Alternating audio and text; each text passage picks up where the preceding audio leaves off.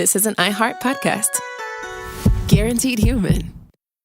Support for the show comes from Public, the investing platform for those who take it seriously. On Public, you can build a multi-asset portfolio of stocks, bonds, options, crypto, and now generated assets, which allow you to turn any idea into an investable index with AI. It all starts with your prompt. From renewable energy companies with high free cash flow to semiconductor suppliers growing revenue over 20% year over year, you can literally type any prompt and put the AI to work. It screens thousands of stocks, builds a one-of-a-kind index, and lets you backtest it against the S&P 500. Then you can invest in a few clicks. Generated assets are like ETFs with infinite possibilities, completely customizable and based on your thesis, not someone else's. Go to public.com/podcast and earn an uncapped 1% bonus when you transfer your portfolio. That's public.com/podcast. Paid for by Public Investing. Brokerage services by Open to the Public Investing Inc. Member FINRA and SIPC. Advisory services by Public Advisors LLC, SEC registered advisor. Generated assets is an interactive analysis tool. Output is for informational purposes only and is not an investment recommendation or advice. Complete disclosures available at public.com/disclosures. Tired of spills and stains on your sofa? Wash away your worries with Anabay. Anabay is the only machine washable sofa inside and out, where designer quality meets budget-friendly prices. That's right, sofas start at just $699. Enjoy a no-risk experience with pet-friendly, stain-resistant, and changeable slip covers made with performance fabric. Experience cloud-like comfort with high-resilience foam that's hypoallergenic and never needs fluffing. The sturdy steel frame ensures longevity, and the modular pieces can be rearranged anytime. Shop WashableSofas.com for up to 60% off site-wide, backed by a 30-day satisfaction guarantee. If you're not absolutely in love, send it back for a full refund. No return shipping or restocking fees. Every penny back. Upgrade now at WashableSofas.com. Offers are subject to change, and certain restrictions may apply. There's a difference between liking a house and actually getting it. Redfin is built to make up that difference and close the gap between finding and owning the home for you. Redfin agents close twice as many deals as other agents. So when you find a home you love, you're not a step behind when it comes to making an offer. That means less watching great homes disappear and more focus on the one you'll call home. Redfin helps turn saved listings into real addresses. Get started at redfin.com. Own the dream. Hey, this is U.S. Olympic gold medalist Tara Davis Woodhull. And I'm U.S. Paralympic gold medalist Hunter Woodhull. As athletes, our lives are about having a clear path. And a team that you can absolutely trust. So when it came to getting the best mortgage, we chose PennyMac. PennyMac is proud to be the official mortgage provider of Team USA and you. Learn more at pennymac.com. PennyMac Loan Services, LLC, Equal Housing Lender, NMLS ID 35953. Licensed by the Department of Financial Protection and Innovation under the California Residential Mortgage Lending Act. Conditions and restrictions may apply. What's hungover? The host of this podcast. That's nice. This is Behind the Bastards, the podcast that's being recorded at the unreasonably early hour of Sophie. What is it? What time is it right now? 2:39 p.m. Jesus Christ! So like the crack of dawn, we're up doing this. I just hope you all. I hope you all respect it. This is why we have to heavily we have to sue anybody who distributes this podcast for free, because of all of the the back-breaking labor getting up at the crack of 2:39 p.m. to record this podcast after I was drinking last night. Unbelievable. Dedication, you know? I think we started at around 1, and yesterday you texted me being like, what time are we starting? And I said 1, and you go, Jesus, Sophie, that's so early. I know. This is the dedication that I bring to my craft, which is why. Well, Andrew, what do you consider PayPal early? me $35. I'm on the other side of things. I started waking up super early. Yeah. So, well, Andrew. Oh yeah, Drewin and T. T Drizzle. Do people call you T Drizzle? They should. I think they actually have on fellow iHeart podcast, The Daily Zeitgeist. That feels like exactly the kind of shit they would say. Yeah. I think T Drizzle is a good name. So we're just going to roll forward with that. Yeah. Yeah. Andrew, how are you feeling about Bill Gates so far? Have you learned anything new? I I feel like we haven't gotten as far as the bombshells. So far, I'm feeling about the same as I did when I walked in, which is like, fuck Bill Gates. Yeah.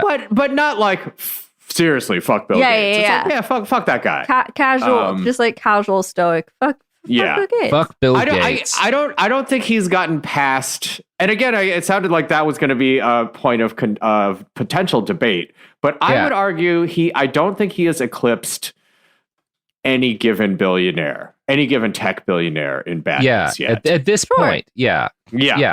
So let's talk about what happens next. When we last left Bill Gates, he just succeeded in burning tens of millions of dollars and tens of thousands of man-hours fighting against a federal antitrust case.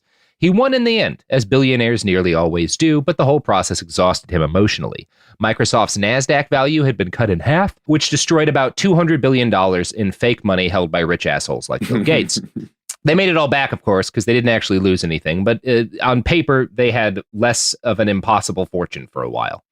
Now, one long-term impact of the antitrust suit is that, for all time, Bill Gates will remain a convicted monopolist. The stink this put on him and Microsoft lasted longer than the actual charges. By September of 1996, a huge number of top executives had fled the company. This was the dot-com boom, and sexy new e-businesses were starting every day. A lot of opportunists figured as the antitrust case started spinning up that Microsoft's day in the sun was over, and it was time to find the next big tech grift.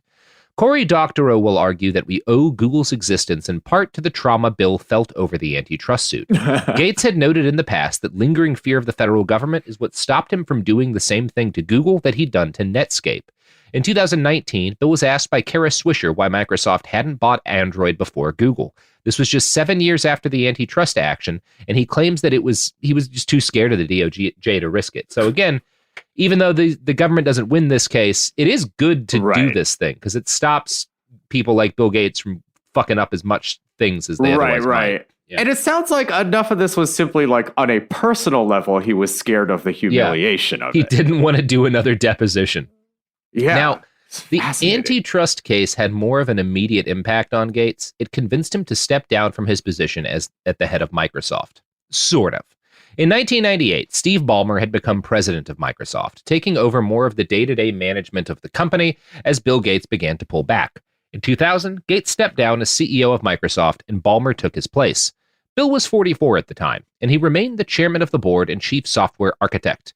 At the time, this was billed as a way for Gates, whose public image was of a genius programmer, to spend his time exploring new technology. 2000 would also mark the point at which Gates increasingly got involved with philanthropy. Now, before we get into the Bill and Melinda Gates Foundation, we should probably step back and cover some of the developments in Bill's personal life during the late 1990s that we sort of missed while we were talking about business stuff last episode. 1995 was obviously a big year for Microsoft, the company, and for the tech industry as a whole. But 1994 was an even more momentous year for Bill's personal life. On the positive side of things, it's the year he married Melinda French, his now about to be former wife. At the time they started dating, Melinda was a Microsoft employee, a product manager. She started working there in 1987, the year after she graduated from college. Today, this kind of relationship sets off immediate alarm bells for a lot of people. But for decades, it was kind of framed in the media as like a Pam and Jim style office romance.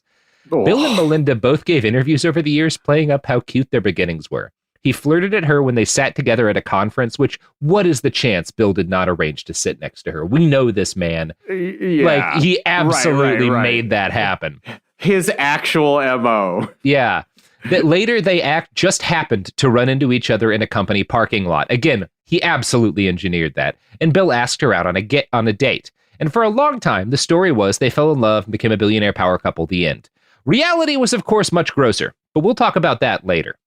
1994 was also a year of tragedy for the Gates family. Bill had remained close with his parents. He moved Microsoft back to Seattle in part so he could be near them.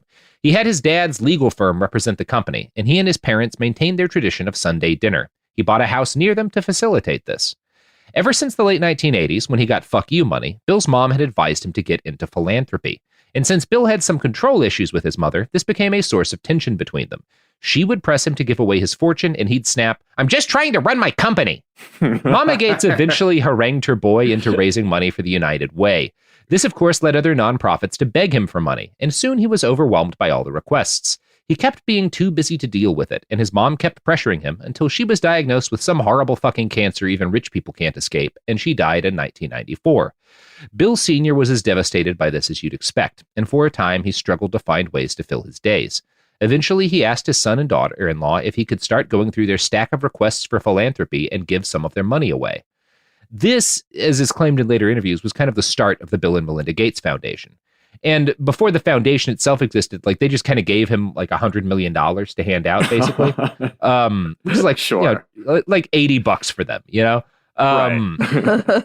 And so yeah, for most of like the late 90s, it's just kind of his dad handling the Gates philanthropy. But then Bill quits being the CEO of Microsoft in like 2000, and Melinda and he start taking a more active role in philanthropy. The way this was generally framed in the media was Bill Gates leaves Microsoft behind to save the world. And there are a lot of articles, even up to the present day, with similar titles.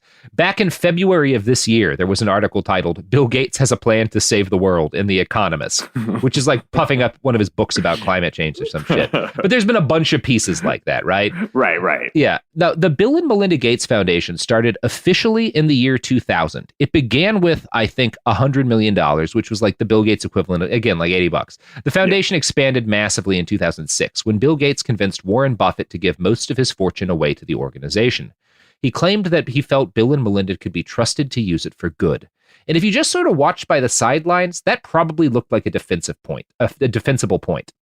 For most of the public crusade, for years, the most public crusade of the Gates Foundation was their war against malaria. By 2018, they'd put almost $4 billion towards fighting the deadly disease around the world in a mix of aid programs to struggling nations, grants to researchers and scientists, all that stuff.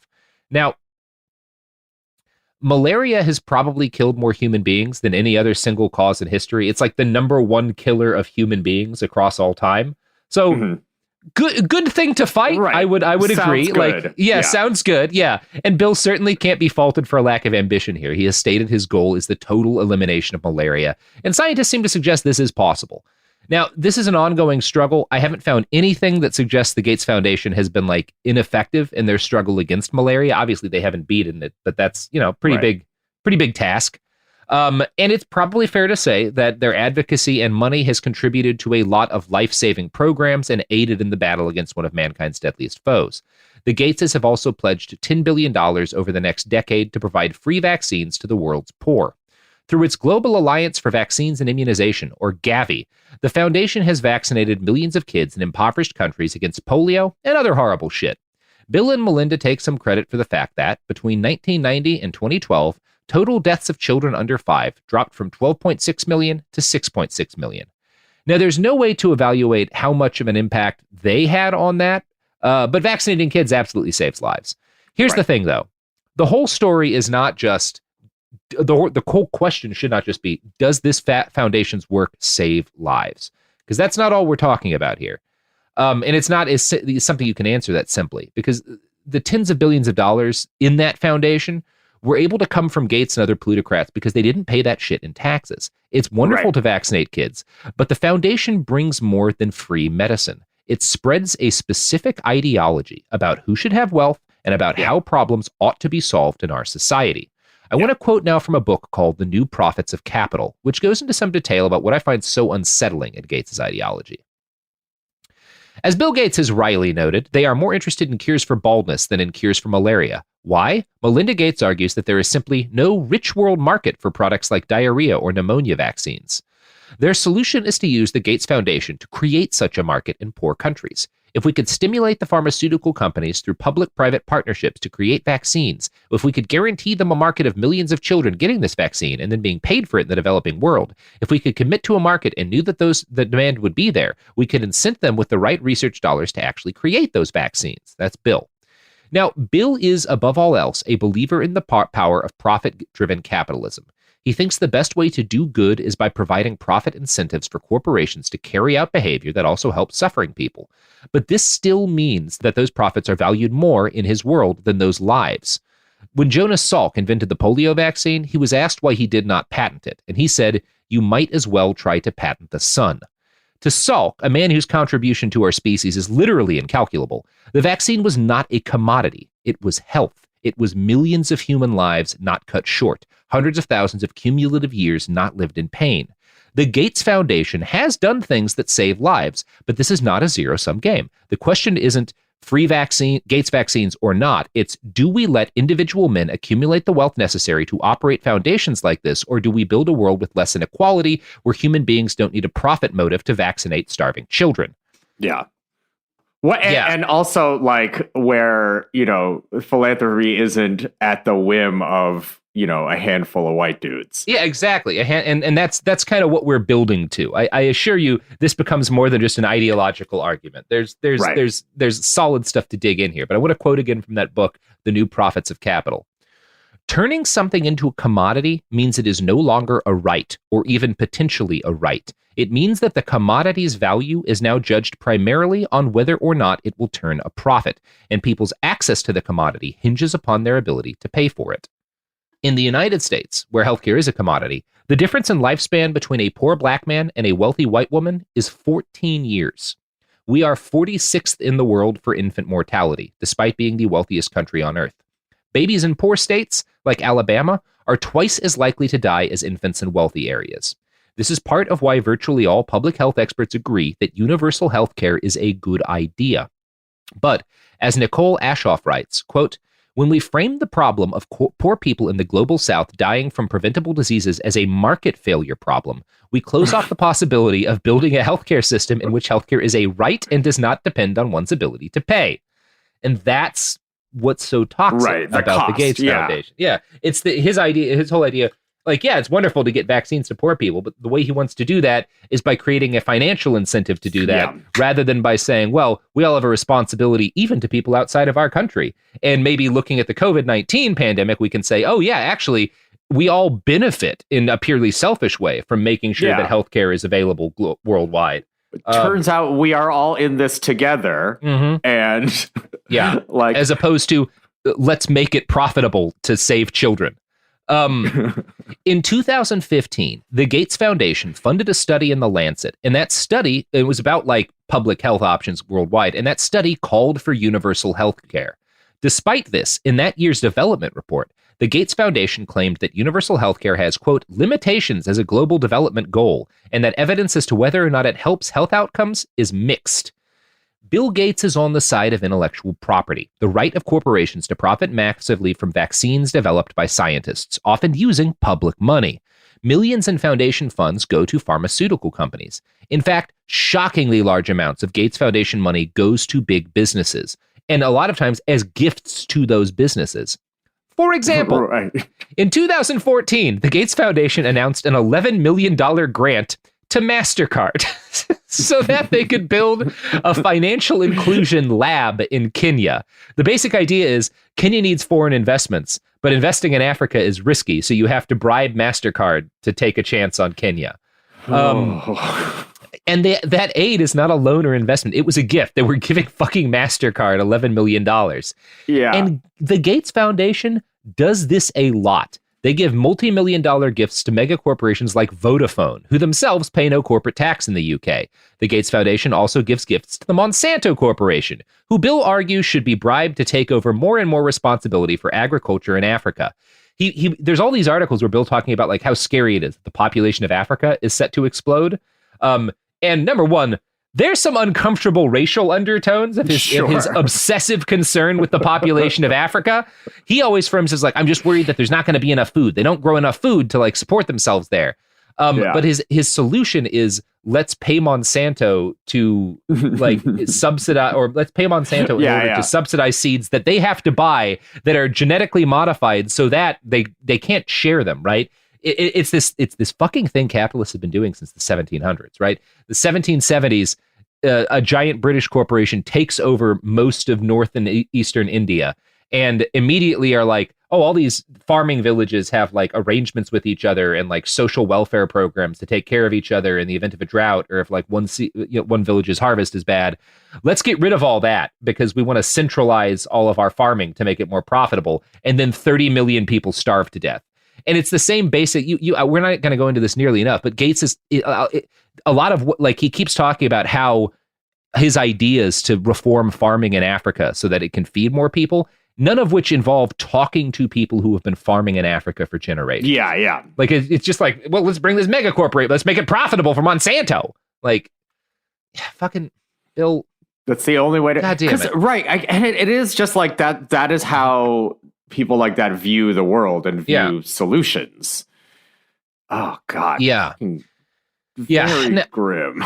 Darrell Ray is an agricultural expert from the University of Tennessee, and he fears the consequences of these investments for small farmers. Quote, "We need to take farmers exactly where they are at the moment and help them be more productive using their knowledge and technology that would be appropriate to add to it, and then gradually move them into a higher rate of production, rather than talking about them buying Monsanto products or other kinds of products they can't afford to have to buy every year, as is the case with hybrid seed."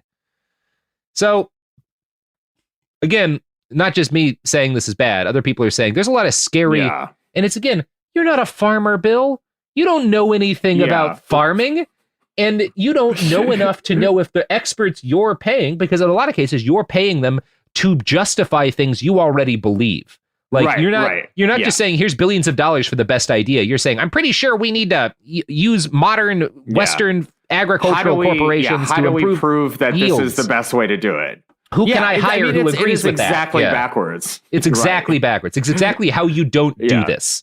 And again, this is one of those things, like, people talk about state communism versus state capitalism. Fucking like, Russia and China did versions of this that led to the great famines of the 20th century in parts of the world. This is the mouse sparrows. Yeah, exactly the same thing. Because of this new idea and this new technology, I know better than people who have been making food to feed this place for forever. So let's just change everything. It's the incredible hubris of man. Anybody who wants to reform global agriculture like this should have to work on a farm somewhere for 10 fucking years. Right. Like, just fucking work on grow some goddamn potatoes, Bill Gates. Like, Jesus Christ. I say that, but then Mark Zuckerberg did that and wound up murdering goats with lasers or some shit. So maybe not. Wait, what? Yeah, he killed a goat with a laser. It's a whole thing. Well, but I mean, that's I think the addition to what you're saying is they should have to do it and do it successfully. Yeah, listen to people who do it and see what they do. And then, sure, I'm not going to say, like, a guy who's capable of running a giant corporation wouldn't have any insights that are useful, but probably not. Certainly not at his current level of knowledge about fucking farming. And also, it shows who he values and who, every farmer is expendable, clearly, but, like, no corporation is expendable. It's a version of the same problem that, like, social media has, like, where if you're famous and rich and prominent, you have to have a take on everything, right? One way this goes is, like, every Hollywood celebrity, has to have a take on everything happening in the world, right? And the other way this goes is, the most toxic version of this is a billionaire deciding to change how agriculture works in Africa because he got rich in the 90s. Like, it's just, but who else got rich in the 90s, Andrew T? Hit me. The products and services that support this podcast. Oh yeah. All 90s babies. Got me again. Support for the show comes from Public, the investing platform for those who take it seriously. On Public, you can build a multi-asset portfolio of stocks, bonds, options, crypto, and now generated assets, which allow you to turn any idea into an investable index with AI. It all starts with your prompt. From renewable energy companies with high free cash flow to semiconductor suppliers growing revenue over 20% year over year, you can literally type any prompt and put the AI to work. It screens thousands of stocks, builds a one-of-a-kind index, and lets you backtest it against the S&P 500. Then you can invest in a few clicks. Generated assets are like ETFs with infinite possibilities, completely customizable and based on your thesis, not someone else's. Go to public.com/podcast and earn an uncapped 1% bonus when you transfer your portfolio. That's public.com/podcast. Paid for by Public Investing. Brokerage services by Open to the Public Investing Inc. Member FINRA and SIPC. Advisory services by Public Advisors LLC. SEC registered advisor. Generated assets is an interactive analysis tool. Output is for informational purposes only and is not an investment recommendation or advice. Complete disclosures available at public.com/disclosures. Tired of spills and stains on your sofa? Wash away your worries with Anabay. Anabay is the only designer sofa that's machine washable inside and out, starting at just $699. Plus, Anabay sofas are pet-friendly, stain-resistant, and feature changeable slipcovers and modular pieces. Get up to 60% off site-wide with a 30-day money-back guarantee. Visit WashableSofas.com to get yours now. That's WashableSofas.com. Offers are subject to change, and certain restrictions may apply. Hey, this is U.S. Olympic gold medalist Tara Davis Woodhull. And I'm U.S. Paralympic gold medalist Hunter Woodhull. As athletes, our lives are about having a clear path. And a team that you can absolutely trust. So when it came to getting the best mortgage, we chose PennyMac. PennyMac is proud to be the official mortgage provider of Team USA and you. Learn more at pennymac.com. PennyMac Loan Services, LLC, Equal Housing Lender, NMLS ID 35953. Licensed by the Department of Financial Protection and Innovation under the California Residential Mortgage Lending Act. Conditions and restrictions may apply. Let's talk about modern home shopping. It's sort of become a fun side hobby, right? Scrolling listings at night, dreaming about kitchens you've never seen, or backyards you haven't even stepped foot in, all from the comfort of pretty much anywhere. Redfin knows a lot of people like you want to own, but are stuck in this browsing mode loop. That's where Redfin flips the script. With listings that update within minutes and tours you can book right from the Redfin app, you can see your dream home the moment it appears. Now, liking a listing is easy, but actually landing it, that's where Redfin comes in. Redfin has over 2,200 agents with local expertise. And Redfin agents close twice as many deals as other agents. That means they want to help you win, not just window shop. Redfin is built to help you go from just looking to wait, this could actually be home. So become the newest neighbor on the block. Visit redfin.com to start finding and start owning. That's redfin.com. We're back. Andrew. What Andrew. You see the new they made a new Rugrats, but they made it all CGI and it's so weird. I don't like it. It looked so good. Just rerun Rugrats. It's perfect. It doesn't need anything else. Kids will still like it. They made Tommy Pickles' head scary. Yeah, I just like the old art was just so classic and charming. The lady who the lady who does Tommy Pickles' voice lived behind my childhood home. Oh, really? Yeah. That's rad. Because that was a great show. I just don't get it. I don't get this at all. Yeah. It's horrible. People should stop making things. I don't know why we need to ruin a good thing, is what I'm saying. Holy Speaking of good things ruined. Speaking of ruining good things. So, Bill's friendly gifts to the Monsanto Corporation, MasterCard, and Vodafone are part of a massive global trend that the Gates Foundation has largely driven. Now, the Walton Foundation, the Walmart people, that's a big part of this too. There's a couple of big ones. I'm going to quote from a write-up in Jacobin about this trend. More and more, corporate philanthropy is not about corporations giving money to charity. Companies actually do remarkably little of that. As a 2002 Harvard Business Review article pointed out, over the past 15-year period, charity by U.S. companies as a percentage of profits fell by 50%. More recently, Slate reported that corporate giving had nosedived from a high of 2.1% of pre-tax profits during the mid-1980s to just 0.8% in 2012. Corporate philanthropy today is about private, tax-exempt donors, such as the Gates Foundation, giving their charity to corporations. Now, this kind of charity is not just profoundly undemocratic, it skews global attitudes towards public health and filters them through the lenses of a handful of billionaires who, like Gates, have never had to struggle a single moment of their lives.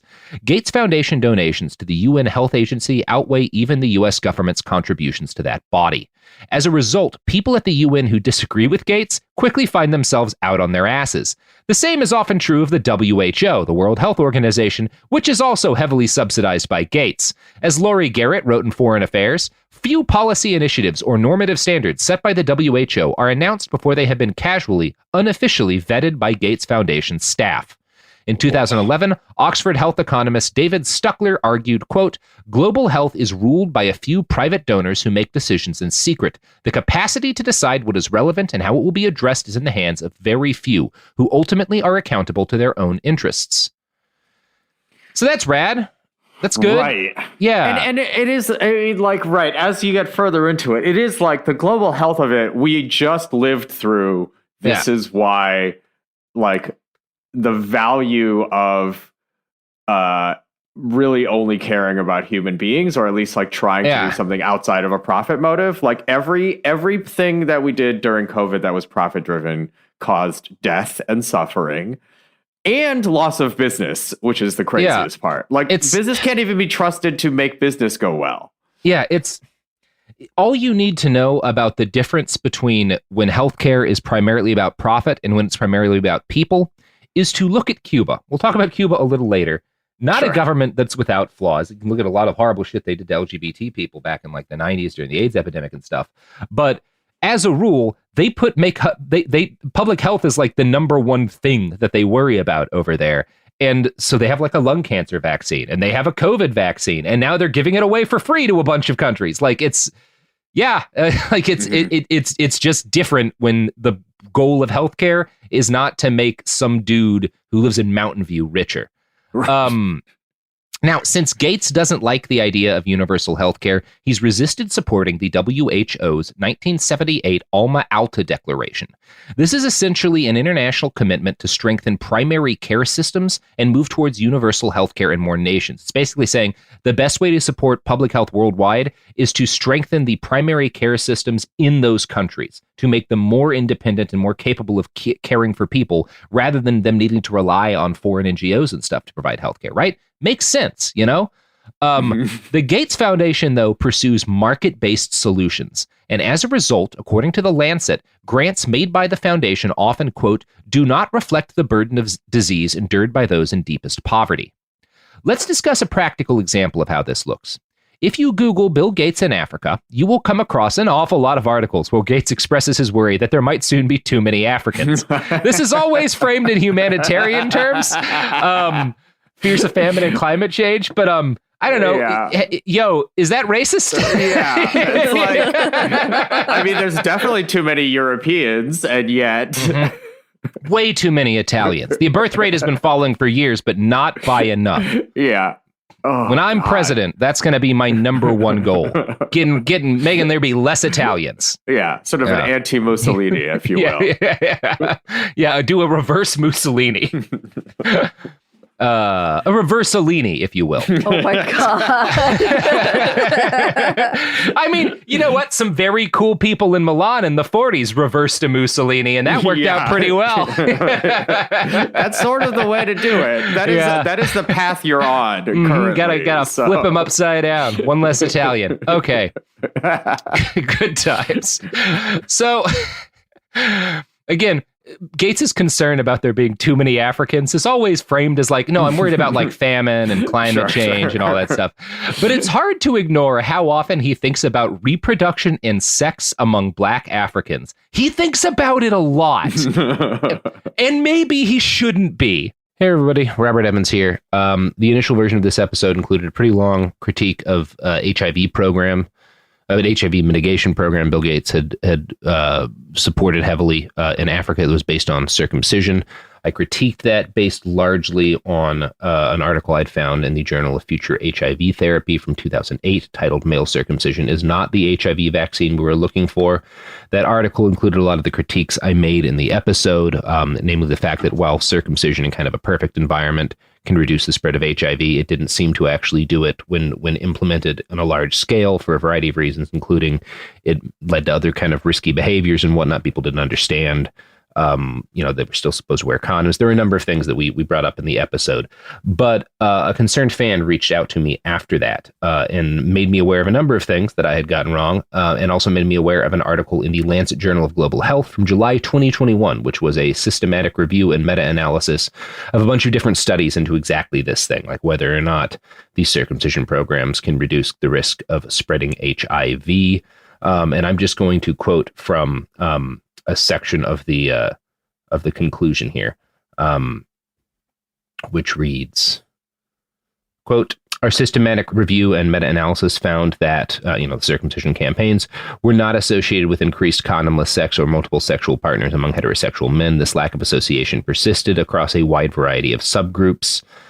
These findings might help alleviate concerns that widespread MMC programs could lead to risk compensation and therefore reduce the benefit of MMC. So it seems like I was wrong on that. I have some concerns about it, but also I'm willing to admit that I did not understand this as well as I should have. So I apologize for that.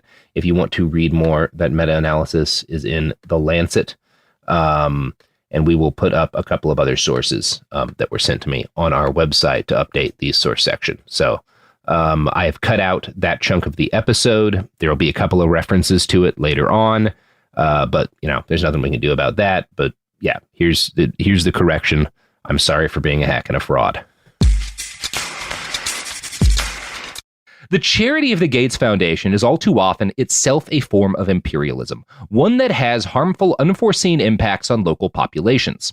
The good news is that, since Gates is a billionaire narcissist, he gets to do imperialism on the people of his own country, too. Which brings us to the very fun story of the Gates Foundation's war on public education. It's some good shit, Andrew. It's some good shit. Jesus. Now, it's probably not going to surprise you to learn that Bill and Melinda also think the market can fix public education. Hilariously, he diagnoses the problem with public education as a result of the, quote, top-down government monopoly provider, aka the state. Now, we could talk about how funny it is that he's complaining education is bad because it's a monopoly and he's Bill Gates. Right. We could laugh about that a lot, and we will for a second. Yeah. Oh, God. Yeah, it's also just like you had unlimited resources to have your fucking horrible dork public school and or private school, sorry. But it's just like thinking that is the norm, even for private education, is like... Well, it's interesting. It's just a perspective. Because the lesson from Bill Gates's childhood is that, number one, having more money going to a school makes it a better school. Because he was in a rich kid's school and the moms were able to raise money for a computer, which fucking nobody had back then, he became a billionaire. But the lesson he takes is not, well, we should... he does, the Bill and Melinda Gates Foundation does give computers to schools. Like that's one of the things they've done. Sure. But their primary lesson isn't, the primary lesson they take out of it isn't that. And the other big thing, it's not just that they had the money, it's that he got freedom.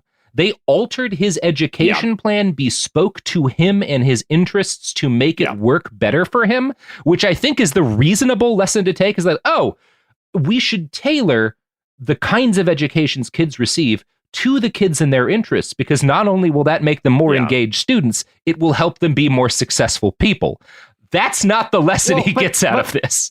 But also the competitive version of education that involves driving costs down, so that you can be the winner of the school education providing game, is the opposite of what happened to him. Yes. His education involved tons of resources being thrown at him. Shitloads of resources thrown at him. Yeah. And that's the best way to educate a fucking kid. And freedom. It was a mix of it. But he wants to bring market logic. He doesn't know, to his credit, he does not want to. He's not one of these guys that says we should just privatize the whole education system. But he does want to bring market logic to education. And that means that schools should compete with each other or be shut down and replaced if they don't perform well. During the early aughts, the Gates Foundation started pouring tens of millions of dollars into things like the Knowledge is Power program, or KIPP, a chain of charter schools that Gates once described as one of the very few places where great teachers are being made. I'm going to quote from the New Prophets of Capital to explain how these wonderful schools work. The KIPP schools follow an extended day, strict disciplinary regime. Students learn how to walk, get off the bus, and use the restroom in the KIPP way. Students are not allowed to talk at school except to answer questions, and they have to earn their desks. At some KIPP schools, students who break minor rules are isolated and forced to wear signs around their necks that read miscreant or cretin. Again, the opposite of what made you successful.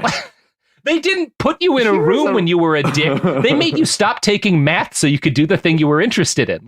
Fucking hell, Bill. It's also why are all billionaires or equivalent? Why do they only have the same ideas about this is some Gilded Age shit. It is some Gilded Age shit. What is wrong with you? We gotta torture him more. Fucking asshole. Yeah. Oh my God. KIPP schools are based on the work of Martin Seligman, a psychologist whose work on learned helplessness has also been adopted by the CIA in their enhanced interrogation / torture program. When your charter school has a lot of the same intellectual DNA as the CIA torture program, there might be a problem there. Yeah. I don't know. Maybe the guys at Guantanamo are coding all sorts of rad software we just haven't seen. Yeah. That's actually where Zoom came from. You can tell. Actually. They put a dude in a boo box and he made Zoom. Now, advocates of this system will point out that KIPP schools have much higher test scores than normal schools. However, this comes at the loss of many of their students. Kids who don't get with the program are counseled out or expelled. Only 40% of them graduate. So the reason why KIPP schools have high test scores is they kick out the kids who aren't good at that particular kind of school. This is how charter schools work across the country, which isn't to say there aren't excellent. I know some people who went to very good charter schools and they're very grateful for the educations that they got. We're not talking about individual charter schools here. I'm sure there are a number of people listening who had good experiences. We're talking about the trend, the national trend of how these programs work. And this is a major trend among charter schools, some of which suspend as many as half of their students in a year. Low-performing students, kids with emotional or psychological disabilities, these kids are denied admission or purged. This is why in 2014, the Department of Education had to issue a guidance reminding charter schools that they had to obey civil rights laws. That's a good thing to have to remind kids. Yeah. All this quasi libertarian shit, it always is hey, but also you have to obey, basic decency. It's amazing because in 20 years, there's going to be a billionaire who fucking played BioShock as a kid and is going to be like, I'm going to give the schools $4 million to make Rapture, but a high school. Oh, God. That is depressingly true. I want to quote now from a section of Diane Ravitch's book, Reign of Error, which is a pretty good title for a book about, problems in the education system. Many studies show that charters enroll a disproportionately small share of students who are English language learners or who have disabilities, as compared with their home district. A survey of expulsion rates in the District of Columbia found that the charters, which enroll nearly half of the student population of the district, expel large numbers of children. The charter's expulsion rate is 72 times the expulsion rate in public schools. As the charters shun those students, the local district gets a disproportionately large number of the students who are most expensive and most challenging to educate. When public students leave for charters, the budget of the public school shrinks, leaving them less able to provide a quality education to the vast majority of students. It's fucking segregation, dressed up as fixing the education system by removing black and white kids from each other and then defunding the schools that black kids go to because they got kicked out of the schools that white kids are going to. It's cool. It's cool and good. So it always winds up that way. Just so happens. Gosh, gee shucks. How does this country founded on white supremacy and genocide keep doing white supremacy and genocide? Yeah. Gosh darn it. Who would have thought? Who'd have thought? In 2008, Gates embarked on another program to apply his market logic to education. He put more than $1 billion into reforming low-income and minority schools. The basic idea was that they develop a set of metrics to evaluate teachers, with the goal of retaining good ones and reshaping or removing bad ones. Over the course of 7 years, there was no evidence that this program helped schools hire better teachers. They just burnt $1 billion not doing anything. Yeah. A RAND study showed no evidence of impact on student outcomes. From a write-up in Business Insider, quote, the study concluded that the initiative fared poorly because the schools got better over time at implementing measures of teacher effectiveness rather than using those measures to actually improve student outcomes. They taught to the test, but for teachers. Yeah. In his view, the Gates Foundation initiative appears to have generally done more harm than good. It cost a fortune, Green writes. It produced significant political turmoil and distracted from other more promising efforts. And when it comes to the Gates Foundation, that right there is often the issue as much as any sort of mustache twirling evil. Sometimes it is I'm going to circumcise all the black people. But a lot of times it's just oh, well, let's make provide incentives to make teachers better. And then huge amounts of resources go into making teachers pass a test that a guy who doesn't know anything about teaching helped design. And so a lot of effort is wasted that could have gone to actually helping kids, but instead has gone to making it. Yeah. Anyway. And yeah, it's because Gates pours so much money into public health and education, his opinion is often the only opinion that matters. So if he has a bad idea, that bad idea gets a huge amount. It has to be taken seriously. Yeah. Better ideas get ignored and effort gets wasted. Here's another example of that. Starting in 2000, when his foundation was new, Bill Gates decided the big program with American education was that our schools were too big. The whole system needed to be disrupted. Large schools had to be broken up. More smaller schools had to be created. He poured $2 billion into this program over the next 9 years, which impacted fully 8% of the nation's public high schools. From a write-up in Politico. So, without a great deal of thought, one school district after another signed on to the notion that large public high schools should be broken up and new, smaller schools should be created. This was an inherently messy process. The smaller schools, proponents sometimes called them academies, would often be shoehorned into the premises of larger schools. So you'd end up with 2 or 3 or more schools competing for space and resources in one building. That caused all sorts of headaches. Which schools would get to use the science labs or the gyms? How would the cafeterias be utilized? And who was responsible for policing the brawls among students from rival schools? The program... Right. Within it's just such a dumb idea.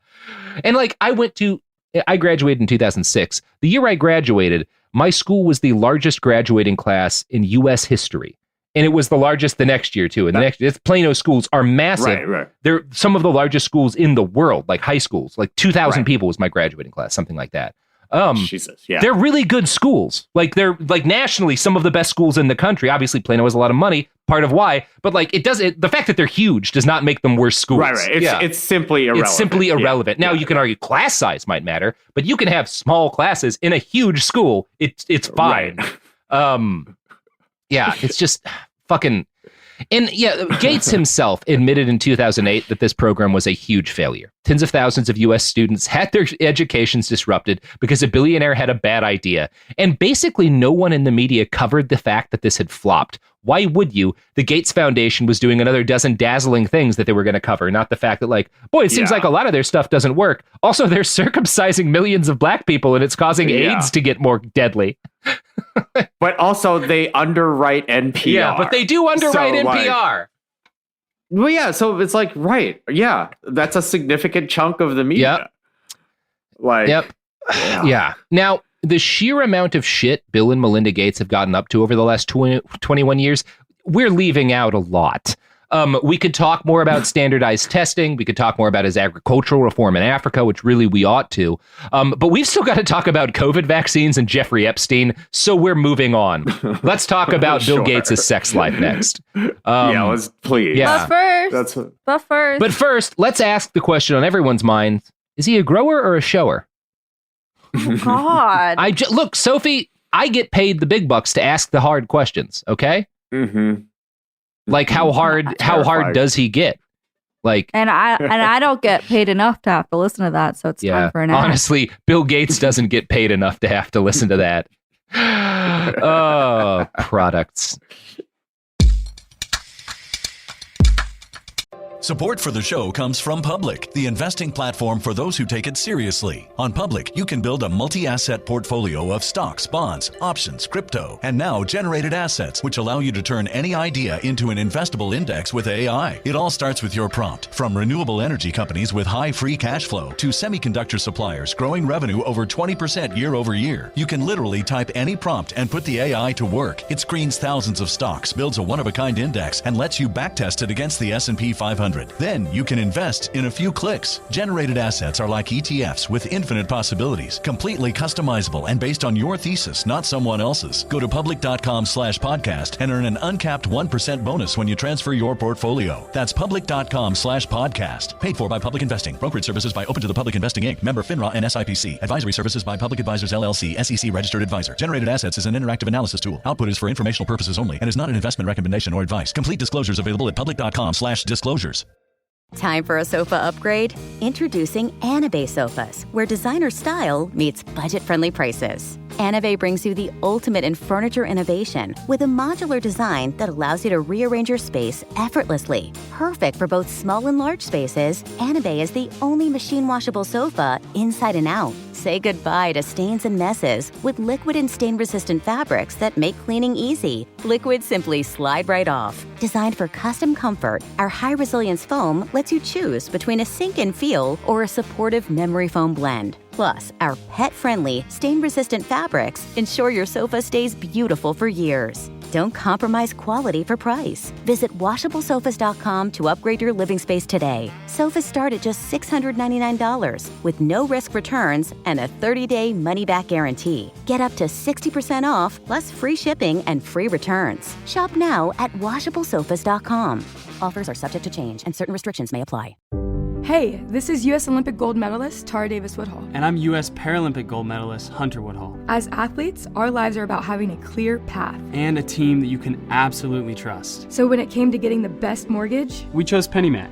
PennyMac is proud to be the official mortgage provider of Team USA and you. Learn more at pennymac.com. PennyMac Loan Services, LLC, Equal Housing Lender, NMLS ID 35953. Licensed by the Department of Financial Protection and Innovation under the California Residential Mortgage Lending Act. Conditions and restrictions may apply. Let's talk about modern home shopping. It's sort of become a fun side hobby, right? Scrolling listings at night, dreaming about kitchens you've never seen, or backyards you haven't even stepped foot in, all from the comfort of pretty much anywhere. Redfin knows a lot of people like you want to own, but are stuck in this browsing mode loop. That's where Redfin flips the script. With listings that update within minutes and tours you can book right from the Redfin app, you can see your dream home the moment it appears. Now, liking a listing is easy, but actually landing it, that's where Redfin comes in. Redfin has over 2,200 agents with local expertise. And Redfin agents close twice as many deals as other agents. That means they want to help you win, not just window shop. Redfin is built to help you go from just looking to wait, this could actually be home. So become the newest neighbor on the block. Visit redfin.com to start finding and start owning. That's redfin.com. All right. So we're back and we're talking about Bill Gates's chungus, I think is the technical term for what he has. I hate this. Yeah. Ew. Anyway, it's probably not going to surprise anybody to learn that Bill never got better at flirting, despite being one of the wealthiest people to ever exist. He did grow more successful at having sex, largely because he was one of the wealthiest people to ever exist. His primary horning ground was Microsoft and the Gates Foundation. Now, earlier we discussed how he met his wife while he was her boss. Well, he met a lot of women in that way, in the biblical way, while he was their boss. In 1998, Wendy Goldman Rome wrote a book titled The Microsoft File, where she claimed Gates had frequent affairs with employees. She alleged he'd started dating a sales manager in their German office before he'd even started seeing Melinda. Gates met this woman at a Microsoft corporate meeting in Monte Carlo. He sent her an email after saying that seeing her energized him and adding, "I hope I didn't stare or anything." Gates canceled his flight back to the U.S. to flirt with her. He sent her love letters, and the two embarked on a brief affair, even though this woman was, by her own admission, uncomfortable sleeping with her boss. Now, we now know this was a pattern for Bill. In 2006, he attended a presentation by a female Microsoft employee. When he left the meeting, he emailed the woman to ask her out to dinner, writing, "If this makes you uncomfortable, pretend it never happened." Oh. But okay, I mean, I just don't understand. It is simply a power thing. I mean, why do you need to do this? I don't know. To your fucking employees. He's not. Yeah, it's not a Weinstein thing. He's not doing that, right? Because I've not heard any evidence that he. Like, obviously, there's a power imbalance to discuss here, but I haven't heard any of it. He's not he's not raping employees. I've never heard any allegations of that. And in this case, he sends this lady's letter saying like, "Hey, let's go to dinner. I'm a married billionaire. But if this makes you uncomfortable, let's just pretend it never happened." And she did. She decided she was uncomfortable. She ignored the email, and Gates did not pursue her further. I haven't heard allegations that he harmed her career in any way. I don't think he's doing that. Like, I don't think he's penalizing women who don't get with him. That said, I think you could argue that like this woman in Germany may have gotten with him because she was like, maybe it'll hurt my career to not get with him, right? It doesn't matter as much if he did it as he's the CEO. Whether it's stated, Yeah, exactly. Yeah. A year or so later, Gates was on a business trip on behalf of the Gates Foundation. This is in like 2007, 2008. He was traveling with a female employee. During a cocktail party, he whispered to her, "I want to see you. Will you have dinner with me?" The woman said she felt uncomfortable and laughed to avoid responding. From a write-up in the New York Times, quote, 6 current and former employees of Microsoft, the foundation, and the firm that manages Gates' fortune said those incidents, and others more recently, at times created an uncomfortable workplace environment. Mr. Gates was known for making clumsy approaches to women in and out of the office. His behavior fueled widespread chatter among employees about his personal life. Some of the employees said that while they disapproved of Mr. Gates' behavior, they did not perceive it to be predatory. They said he did not pressure women to submit to his advances for the sake of their careers, and he seemed to feel that he was giving the women space to refuse his advances. So again, we're not talking like technically, yes. But it's not a Weinstein thing, but it's not okay, right? Like you can not be as bad as Harvey Weinstein, industrial rapist, and your behavior is still unacceptable. Because all like a workplace is not a fucking nightclub. If Bill Gates had a history of hitting on women awkwardly in nightclubs, whatever, like fine, everyone has the right to be. To be like, hey, you want to fuck, and then be told no if you're not being, bad about it. But this is a workplace. These are his employees. He runs the company. It's not okay. Again, So he was also noted by his employees to be dismissive towards his wife, Melinda, sometimes speaking to her during foundation meetings in ways that made employees cringe. On its own, I don't know if all of this would have merited inclusion in an episode as packed as this one, right? Compared to circumcising 12 million people and making an AIDS epidemic worse. It's not on that level, but it all helps set the stage that leads us, as all things eventually lead, Andrew, to Jeffrey Epstein. Yeah, Jepstein! Carly Rae Jepstein. That's a mashup of Jeffrey Epstein and Carly Rae Jepsen. Don't do that to her. I mean, he did say, "Call me maybe," but then he also sexually trafficked teenagers. Yeah, it's the maybe that was taken out. Yeah, I'm so sorry, Carly. Hey, I just met you, and this is crazy. But get in the car, or I will have your life systematically destroyed. It's time for you to be sexually trafficked to the wealthiest men on the planet. Yeah, that was dark. Yeah, Robert. not as catchy as the original, but I think it. But not as. I think it's got wings. There's something there. We'll workshop this.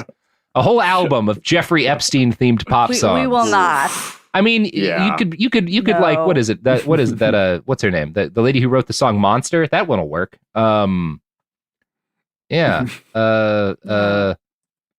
Lil Red Corvette, Jeffrey Epstein's jet. Babies grow up too fast. Yikes. Because of the child sex trafficking. That was the joke. Mm-hmm. I just wanted to make sure everyone got it. So, by the mid-aughts, Bill Gates was clearly frustrated in his marriage. He was wealthy and powerful, but he had never enjoyed the kind of success with young women that other billionaires seem to exhibit. You got Richard Branson, like, regularly jet skiing naked with supermodels, which seems to be his hobby. Bill Gates doesn't do that kind of thing, and I think this frustrates him. And he doesn't, like, he's not personally, like, he's not, like, enough of a predator or anything to, like, take it. And for whatever reason, I don't know, it's weird. Like, you think, just pay sex workers to hang out with you. You have the money. Yeah. They'll be happy too. You can find some very nice sex workers who would love to make you look like you're cool and sexy all the time. You'd feel great, and nobody reasonable would complain about it. Yeah. Anyway, he gets frustrated, and I think that his sexual frustration is that's like the bat signal to Jeffrey Epstein, a billionaire who isn't getting laid as much as he wants. Like, Epstein could smell that shit from a mile away. He's like a shark. Right. Now, the two Epstein and Gates meet in 2011, which is 3 years after Epstein pled guilty to soliciting sex from a child. So, this is not a time you can't argue. I had no idea. Right. Very publicly known too. Yeah. God. I'm going to quote from the New York Times here. Mr. Epstein and Mr. Gates first met face to face on the evening of January 31st, 2011 at Mr. Epstein's townhouse on the Upper East Side. They were joined by Dr. Eva Andresen Dubin, a former Miss Sweden who Mr. Epstein had once dated, and her 15-year-old daughter. Dr. Anderson Dubin's husband, the hedge fund billionaire Glenn Dubin, was a friend and business associate of Mr. Epstein's.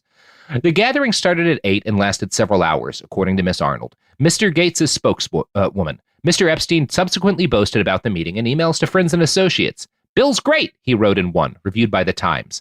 Mr. Gates, in turn, praised Mr. Epstein's charm and intelligence. Emailing colleagues the next day, he said, "A very attractive Swedish woman and her daughter dropped by, and I ended up staying there till quite late." Which... Why would you mention that? Why would you phrase it that way, Bill? That's on your work email. Jesus Christ. To Epstein, Bill was the ultimate whale, a wealthy man-child who could be separated from some of his money in exchange for access to women. Epstein pitched Gates an idea for a charitable fund seeded by Gates Foundation money and donations by other rich guys he knew. So Epstein's like, you put in a bunch of money, we could make tens of billions of dollars we could raise to make a huge charity fund. And of course, Epstein's proposal included a suggestion that he be paid 0.3% of whatever money he raised, which would of course be tens of millions of dollars for him. Now, the good news is that Bill hires smart people, and the people who run his foundation that he sent to meet with Epstein spotted him as a con man immediately. They're like, well, this guy's full of shit and a grifter. Like, we shouldn't get involved with him. But Bill remained fascinated with Epstein. He visited Epstein's mansion at least 3 times. He's on his plane. I think he went to the island. At one point, he emailed colleagues. I don't know. Maybe. I don't know. I could probably have looked that up, but I'm a hack and a fraud. But at one point, Epstein emailed colleagues, "His lifestyle is very different and kind of intriguing, although it would not work for me." When questioned about what this meant after Epstein's death, Gates claimed he was referring to the decor of Jeffrey's mansion. Jesus. Yeah, that's what you meant, buddy. Yeah. Oh. Bill apparently talked about his unhappiness in his marriage with Epstein. And to be frank, we don't know the precise dimensions of their relationship. We don't know what Bill did or did not get up to with Epstein. We don't have conclusive information about any of that, which is why it's probably going to get us in trouble to title this podcast Bill Gates, sex offender, and also sex offender. For sure. Bill Gates, the dick-chopping sex offender of Epstein's Island. Something like that. You're getting closer. Sophie, you're getting warmer. Put a pin in that one. Business affairs, his ears are perking up now. Now you're negotiating. I mean, the actual fact of the matter is we cannot ever include circumcision in a title because that immediately makes it a hot spot for the kind of arguments you do not want to get involved in. Don't ever say circumcision on the internet. That's all I'm going to say on the matter. It immediately goes out off the rails. It's like talking about Palestine. It's hard to have the conversation in any way. Right. So again, we don't know exactly what Bill did with Epstein. We know Melinda did meet with Epstein and Bill on one occasion. Like, she and Bill met Epstein. And she has claimed that this event still haunts her. I think it was in 2013. And she seems to have gotten increasingly furious about Bill's relationship with Epstein after 2013. In 2019, she started talking to advisors about divorcing her husband. And that's more or less where we are now. Just a few weeks before this episode was recorded, Microsoft corporate board members decided Bill Gates needed to step down from the board while they pursued an investigation into an inappropriate relationship he may have had with a female Microsoft employee. Gates claims the decision to transition off the board was purely due to his desire to spend more time on philanthropy. And this, I think, brings us to the last bit of our journey through the life of Billiam Gates, his role in the COVID-19 pandemic, and the current intellectual property status of its most successful vaccines. So, this is that part of it, right? It took us 19 pages to get to COVID. 19 pages and a surprising number of circumcisions. Right on time. Yeah, quite a few. Way more circumcisions than I anticipated initially. I was gonna, if you'd asked me to wager at the start, I would have said 0. How many millions of circumcisions do you think are going to be involved in this story? You probably would not have said 12. I think that's fair. Now, the first Gates Foundation initiative geared towards fighting the plague was actually rather modest. On March 11th, 2020, 2 days before the WHO declared a pandemic, the foundation started what they called the Therapeutics Accelerator, a joint initiative with MasterCard and a charity called the Wellcome Trust to identify and develop treatments to the virus. And again, as far as I can tell, I think MasterCard's only role in this is because it'll make them look good, right? Like, we'll have Microsoft involved. Yeah. That'll be good for their image. Why is like MasterCard? That's crazy. MasterCard. It's so wild. Like, yeah. Well, we've all seen like a car accident happen, and the first thing an injured person cries out for is MasterCard. Like, MasterCard. Sometimes Visa shows up, and it's just a real tragedy. I always keep a MasterCard in my emergency kit. The fuck. But what this means is that from the beginning, Gates placed burnishing the public image of a finance company on equal footing with actual virology. In April of 2020, with the entire country locked the fuck down and the virus just beginning to bite, Bill Gates launched the COVID-19 ACT Accelerator. This program was geared towards organizing the research, development, manufacture, and distribution of treatments and vaccines. Like everything the Gates Foundation funds, this was a public-private partnership based around using charity to entice corporations to do the right thing by making it profitable. This was one of a number of programs, all geared at funding vaccine research. But unlike most of those, the accelerator was, from the start, focused on respecting the exclusive intellectual property claims of whoever won the vaccine race. From a write-up in New Republic, its explicit arguments that intellectual property rights won't present problems for meeting global demand or ensuring equitable access, and that they must be protected even during a pandemic, carried the enormous weight of Gates's reputation as a wise, beneficent, and prophetic leader. As vaccine research proceeded, a lot of people suggested that when one was developed, the recipe should basically be open source so that any country with the capacity could make it without paying to license it. Gates fought against this. COVAX, which is the largest arm of his COVID response organization, proposed instead that poor countries should have vaccines donated to them by rich countries who would fund this through vaccine sales in wealthier countries. It was hoped that this was not to vaccinate all of them. This was to vaccinate about 20% of people in low to middle income countries. After that, those governments would have to bid and compete on the open market for access to vaccines. So, one side of this is saying the vaccine should be open source and equally available to everybody, to be manufactured everywhere for as close to free as is humanly possible. And Bill Gates says, what if instead we do it for money and we donate 20% of the necessary vaccines to poor people? Yeah, they'll never learn. They'll never learn how to teach themselves how to stay alive unless we make them work for it. It's like an EMT. And us stay alive, by the way. Yeah, you have like 3 gunshot wounds. An EMT like shows up and like bandages one of them and then says, well, if I handle the rest for you, you're never going to learn how to bandage your own gunshot wounds. So I'm going to, if you can pay for the gauze, like I'll let you fix yourself.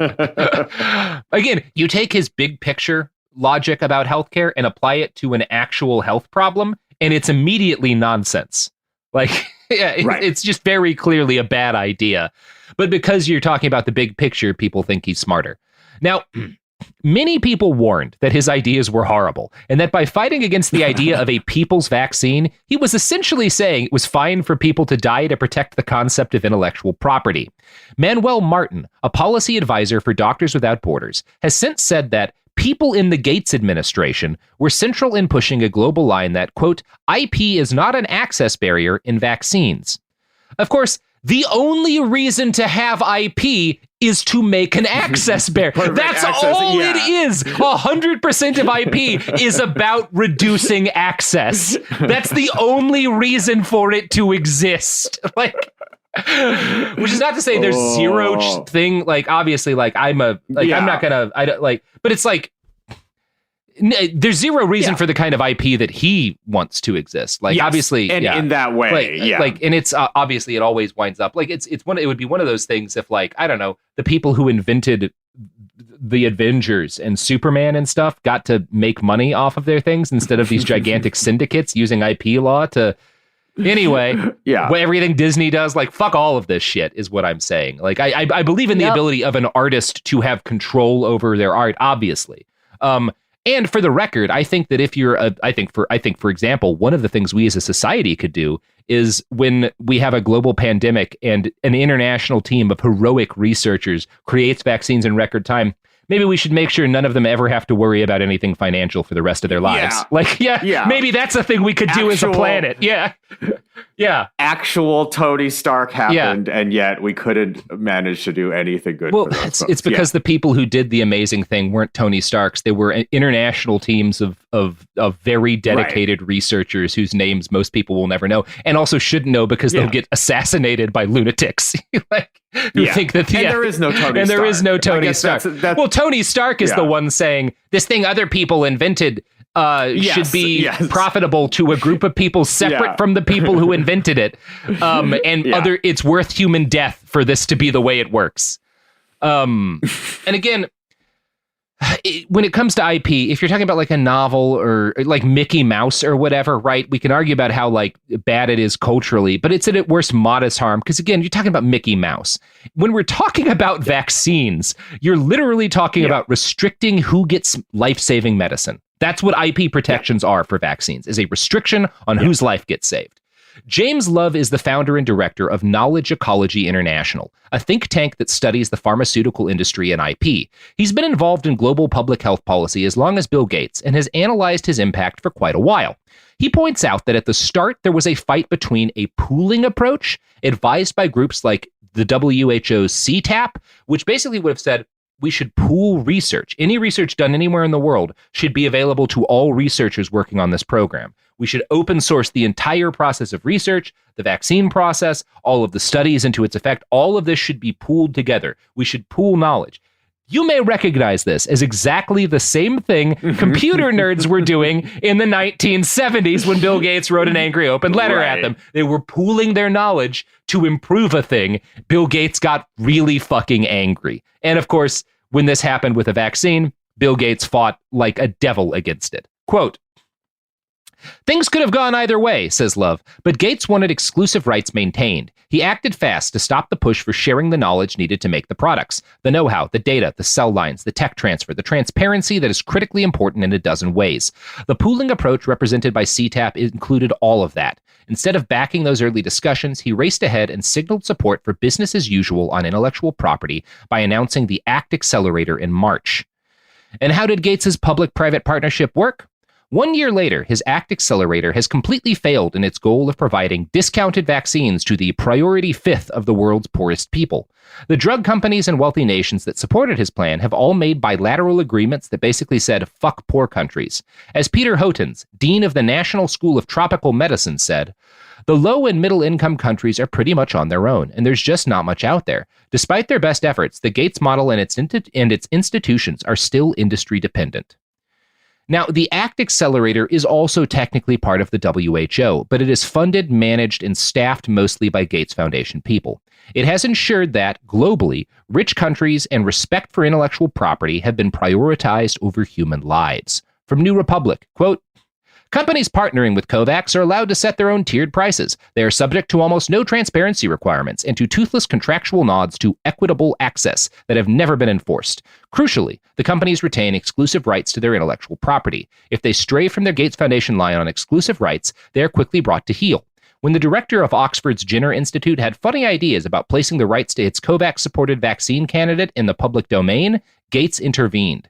As reported by Kaiser Health News, a few weeks later, Oxford, urged on by the Bill and Melinda Gates Foundation, reversed course and signed an exclusive vaccine deal with AstraZeneca that gave the pharmaceutical giant sole rights to no guarantee of low prices. So, yeah. It's so weird to... I mean, I guess that's how you control a market, is make sure everyone thinks that by the same rules you want. But it's like, well, who gives a shit if someone else gives away their property? Yeah. Or their intellectual property. But obviously, I'm being ignorant. It's again, I keep going back to Jonas Salk, one of humankind's greatest heroes, who, when asked if he was going to patent the polio vaccine, said, you might as well patent the sun. To which Bill Gates responded, that's actually a pretty good idea. Yeah. Are you working on that? Yeah. That's right. That's exactly the kind of thing. So he would have strong-armed Jonas Salk into not do. Yeah, he would have not listened to Jonas about that shit. Gates can hardly disguise his contempt for the growing interest in intellectual property barriers. In recent months, as the debate has shifted from the WHO to the WTO, reporters have drawn testy responses from Gates that harken back to his prickly performances before congressional antitrust hearings a quarter century ago. When a Fast Company reporter raised the issue in February, she described Gates raising his voice slightly and laughing in frustration before snapping, "It's irritating that this issue comes up here. This isn't about IP." But it is about IP. There is very little real disagreement among epidemiologists here. Gates's own arguments have been petulant and childish. He has suggested, for example, that India, which makes more vaccines than any other country, can't be trusted to safely manufacture its COVID-19 vaccines. He has called advocates of poor countries spoiled, telling Reuters, "It's the classic situation in global health, where advocates all of a sudden want the vaccine for $0 and right away." We paid for this with public money, Bill. It should be free, because the plague sucks. God damn it. God. Hello. Bill, this is the only way this comes to a stop. Yeah, and yet... you don't even have to have the fucking anarchist, altruist, human positive addict. You just be like, well, I want it to be free because I want to go back to bars. I want to be able to drink in a bar, give away the vaccine. I want to go on vacation to Mexico, give everyone the vaccine for free. There's a selfish way to justify this too, but it's amazing.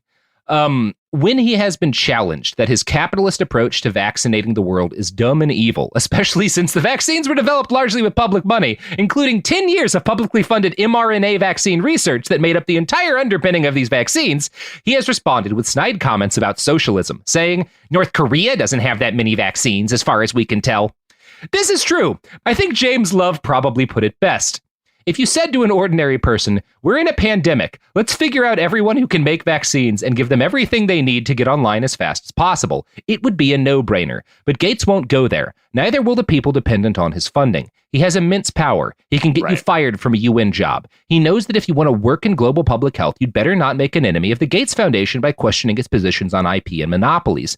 And there are a lot of advantages to being on his team. It's a sweet, comfortable ride for a lot of people. The good news is that it does look like Bill Gates is more on the losing side of this issue than the winning one. Biden has recently, somewhat reluctantly, committed to a more open approach to sharing vaccines and vaccine ingredients. Gates himself has partly walked back his own commitment to an IP-focused vaccine rollout after massive backlash. But for a lot of dead people, the damage is done already. No one should be surprised about the toxic impact Gates has had on the COVID-19 rollout and public health in general. He has been extremely consistent his entire life, from his first letter to the computer hobbyist community to the corpse fires burning in the streets of the global south. This is what you get when you let one man, born to the most inconceivable privilege of perhaps any human in history, make life and death decisions for billions of strangers. Anyway, I don't like Bill Gates a lot. Yeah. No, not into it. It's so common, though. I will just say, I think this is as far as the planet goes, and his peers go. Might be the least bastardy bastard we've done. Yeah, and that might be because I've done some of the most bastardy bastards. I mean, to be fair, King Leopold. Yeah, you've done. He's definitely. But it's also a question of. King Leopold's death toll, you can argue to a degree, the violence that's ongoing in the Congo, some of it's tied to him. No, the numbers. We don't know how many people Bill Gates's impact are going to die as a result of the impact he's had on global health. And it might be a net lives saved, to be honest, because of the fucking malaria shit. But it's hard. He's done so much. It's really difficult to parse out. Yeah. I think, though, it is a little bit that history of, is it great men or is it forces thing? Yeah. Because I will say the evil Bill Gates has done would easily have been done by someone else. In fact, actively, there are other people pursuing, that sort of benevolent but market-driven, just like any American billionaire. Yeah, is a candidate to do precisely what he's done. But Bill Gates is the one who did it. Who did it? No, of course. And it's the kind of thing where, yes, this is a system problem. The system failure is that he accumulated enough money to be able to do this, as opposed to that money going into taxes and then maybe us deciding as a nation, well, let's provide aid to other countries to build up their healthcare infrastructure. Of a vote on it. Yeah. I guess I would just say any American billionaire would almost by definition have the lack of perspective in a very similar way to Bill Gates. Absolutely. That his actions, I guess, seem inevitable. Had he been hit by a bus, had he fallen off the mountain, the other guy could easily Kent would have done this. The fucking briefcase boy would have been this person if it hadn't have been Bill. I guess that's what I mean is like this feels like less like specifically Bill unique bastarddom. Mm-hmm. That's going to be my argument on this one. Yeah. They're all. Yeah, I mean, yes. The answer is the actual bastard here is a system that lets individuals accumulate billions of dollars. By commodifying every single thing, even though the only reason they were able to make that money is because a lot of nicer people didn't commodify cool shit in order to make it better. It's truly this like thinking they did it on their own. That's the lack of perspective. I think what's important about the Bill Gates story is covering things like, okay, well, because people are sharing and trading software for free, first off, it creates the industry he succeeds in, and them using his product for free and sharing it creates the demand that allows him to get rich in the first place, and he then makes he makes this thing illegal, basically. And he does that with everything his whole life. This, he benefits fundamentally from the public sector, from pooled resources of the community being invested in him. And he takes that and turns that into personal wealth and turns that into, when he does give that away, he only does it in whatever way he personally thinks is best, because all that matters is what Bill thinks. And it makes it clear, covering this guy's story, covering the story of the Homebrew Computer Club, those early guys, and talking about, the scientists using public money who developed these vaccines that then became an engine for profit. It makes it clear, and what's important about this story, because it's not just Bill, these people are parasites. These people are parasites. That's what is happening here. This is the story of a parasite who got fat off of public investments that gave him an incredible opportunity, which he then used to pull the rug out from under him and circumcise 12 million people. And then is like, why are you mad at me for sucking all this blood? Yeah. Nobody else gets blood. But I'll give some away for free to MasterCard. God damn it. Oh God, this is grim. It's fucking rad, dude. You love to see it.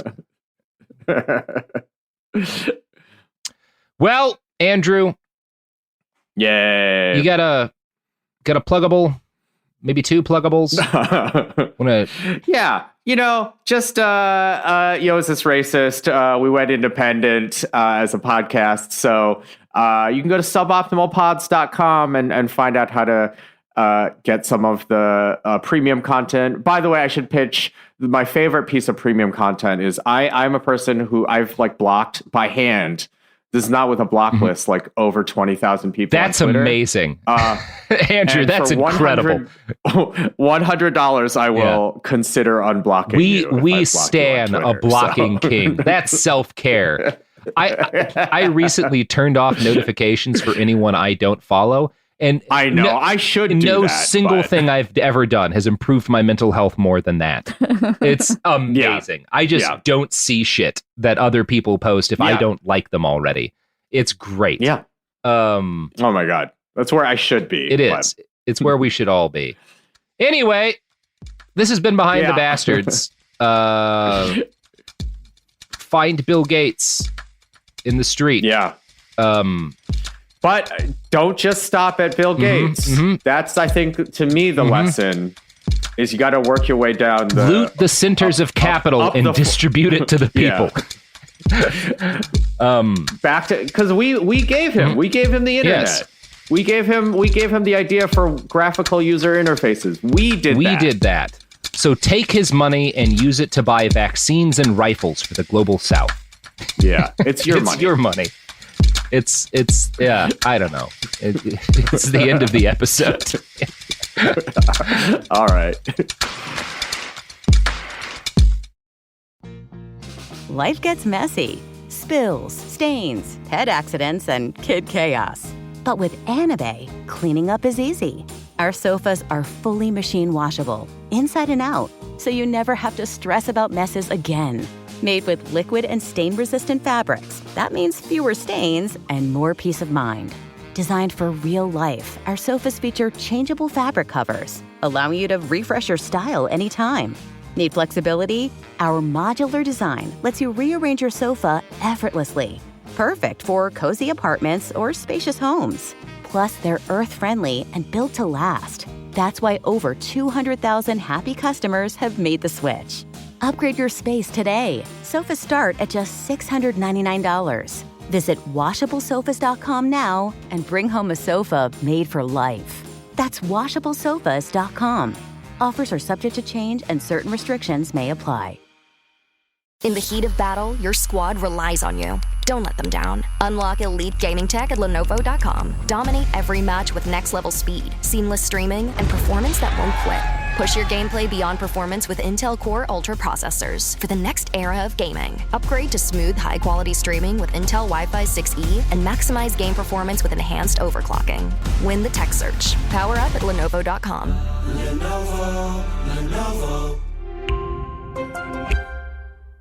There's a difference between liking a house and actually getting it. Redfin is built to make up that difference and close the gap between finding and owning the home for you. Redfin agents close twice as many deals as other agents. So when you find a home you love, you're not a step behind when it comes to making an offer. That means less watching great homes disappear and more focus on the one you'll call home. Redfin helps turn saved listings into real addresses. Get started at redfin.com. Own the dream. This is Bethany Frankel from Just Be with Bethany Frankel. Most dog food is marketing, not nutrition. That is why Biggie and Smalls eat just food for dogs, real 100% human-grade food with ingredients I actually recognize.